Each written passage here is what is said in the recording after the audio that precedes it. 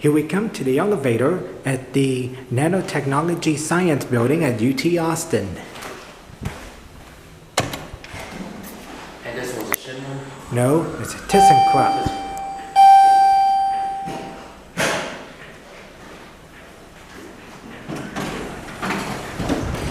Well, this is big. Go to B. It's a pretty big elevator. Yes. Let's go to 4. Because 5 is most likely going to be lower. Right.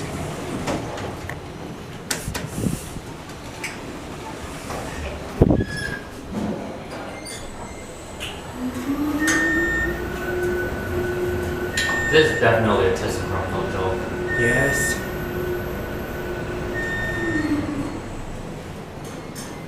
When was this installed? Around 2006 to 7. Let's go to 1.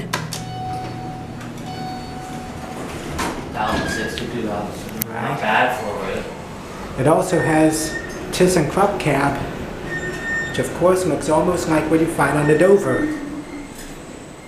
Except it's a bit more upgraded. And 6,000 pounds.